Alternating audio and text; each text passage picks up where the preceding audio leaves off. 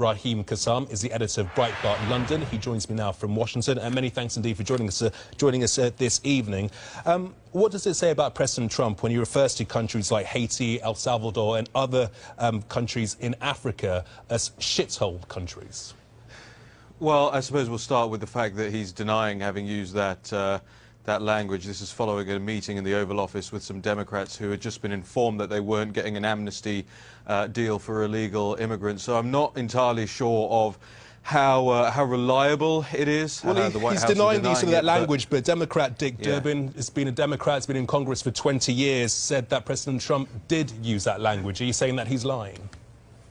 No, I'm just trying to put it in context for you. Personally, I hope he did use that language, Gamal. I think it shows a frankness, a willingness to have a conversation that isn't sort of varnished with political correctness. He wants to know why America has a big illegal immigration problem. Let's not forget, the OECD puts out statistics every year, the United Nations, Transparency International, all the corruption indexes. They put out statistics every year that show that there are a handful of countries out there in the world that are pretty bad. I mean, you know, I don't want to use the word on air, pretty but bad you is could very describe them different as what to describing a country as being a shithole. Well, look, if you want me to, if you want me to say it, they are shitholes. You know, Gamal, it is the case. There's no getting around it, and he's not saying that they are because, you know, they're bad people there or anything like that. It might be due to corrupt regimes. It might be due to factors out of the control, environmental factors. There might be education problems there. But there are countries that you and I wouldn't want to go on holiday in and sun ourselves in, and I think that's what he's getting at.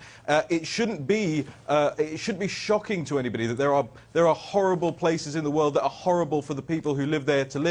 And instead of actually getting het up about the phrase used, maybe we've got to ask ourselves, why is Haiti in such a dire situation? Is it appropriate that the United States President should use a phrase describing countries such as Haiti, El Salvador, or countries in Africa as shitholes? Do you think it's appropriate for a president of a country, a leader of a country, to use that term, to use that phrase? Yeah, well, let's look at Barack Obama, who gave an interview. Let's look at what Barack Obama said about swearing in the Oval Office. He said it's a great thing for presidents to be able to do to relieve stress. Joe Biden, when the Obamacare legislation was passed, described it on live microphone as a big effing deal. So I think the level of appropriateness has already been set by Trump's predecessors on this one. So my answer is, yeah, it's perfectly fine. You think it's fine that... I'm not talking about Barack Obama, I'm not talking about any other leaders. Of course you're not. We're talking about this president describing a country as a shithole country. You think that's fine? Yeah, I think that's fine. OK, what about President Trump saying that he's not going to come to the United Kingdom and open this embassy? What is your thoughts, your reflections on that? Well... We lost him? We lost Raheem? What a crying shame. Well, we will move on. We've just got a very brief statement, actually, regarding that story about President Trump not coming to the United Kingdom to open that embassy. Raheem, are you back? Is he back?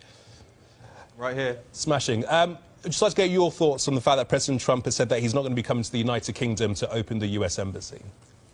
Yes, well, I don't blame him. You know, you have a situation whereby Sadiq Khan, as the mayor of London, has really been tub-thumping, trying to get President Trump not to attend, said multiple times he's not welcome in the capital, really fomenting a situation where you might have some riots or street protests if the president came to open that embassy. By the way, I think the president's wrong when he says that the embassy in South London is a bad deal. I think firstly, it wasn't Obama who approved that embassy. It was George W. Bush who approved that embassy. Secondly, it didn't cost the American taxpayer anything because they actually sold off a bunch of buildings to pay for it. So I think he is wrong on that. I think he should have come out and told the honest truth, which is that he doesn't particularly want to visit Sadiq Khan's London, which is the acid attack capital of the world per capita, where you have in the last year soaring knife crime, soaring burglary, soaring rape, soaring youth homicide. And Sadiq Khan seems to be concerning himself more with matters of state, which he isn't elected to do, than actually solving the situation of crime in London. And it is soaring, and I have to say this, and you'll excuse me for being churlish about it, but places like Sky News and the BBC and all the best and brightest journalists in the country are not covering this. What do you mean? Well, every single day we are covering stories about whether it's knife crimes or attacks, where they happen up and down the country. What proof do you have? So Gamal, what's well, the proof is, can you answer me? What's the at what rate did knife crime go up by in London last year? I'm asking you. I'm interviewing you. What proof Yeah, I know. do you have? Well, I know. It's not great with the shoes on the other foot.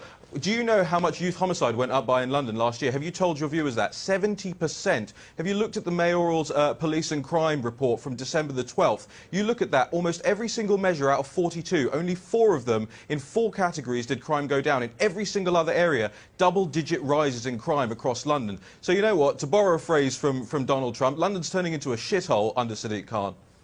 OK, I think we'll leave it there. Raheem Kassam, sure the editor for Breitbart, thanks for joining us this evening. Cheers.